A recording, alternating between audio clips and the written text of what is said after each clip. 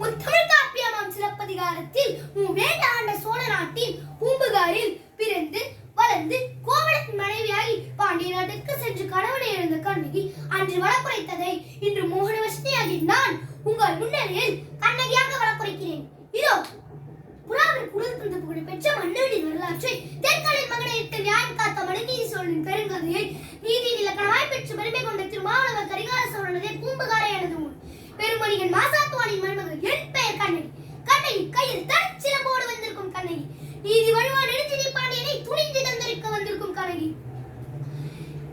உனது கொடுங்கோடு எடுத்த அவசர தீர்ப்புக்காளாகி கொலையுண்ட கோவலனின் மனைவி கண்ணகி என்பதை அறிந்திருந்த அரசே அறிந்தார். போதும் யாகாவரம் நாகாக்க மன்னா நாகாக்க. யார் கல்வன்? என் கணவனா கல்வன்? இல்லை இல்லை, அவர் கல்வன் என்று குற்றச்சாட்டிய கைவர்களே கல்வர்கள். நீதி நிலக்கணம் உடைக்கும் நெடுஞ்சிறை பாண்டியனே, உனது நாட்டில் எதற்கு பேர் நீதி? அல்லாஹ் வகுத்ததா நீதி?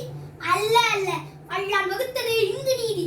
கொற்றவேனை எண்ணிப்பார். குடு மண்டபத்தில் விசாரிக்கப்பட வேண்டிய வழக்கு கோவில் மண்டபத்தோடு முடிவானது. இதற்கு பேரா நீதி? இதற்கு பேரா நியாயம்?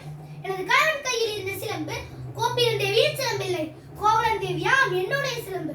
உன்னை யார் நம்ப சொல்கிறார்கள்? பெரும் குற்றவாளி நீ. அதனால் தீர்ப்பளிக்கும் உரிமை உனக்கில்லை. தாய் மீதானே, தமிழ் மீதானே, தமிழ் நாட்டின் மீதானே நல்ல தீர்ப்பு கூறுங்கள் பெரியவர்களே. மதுரை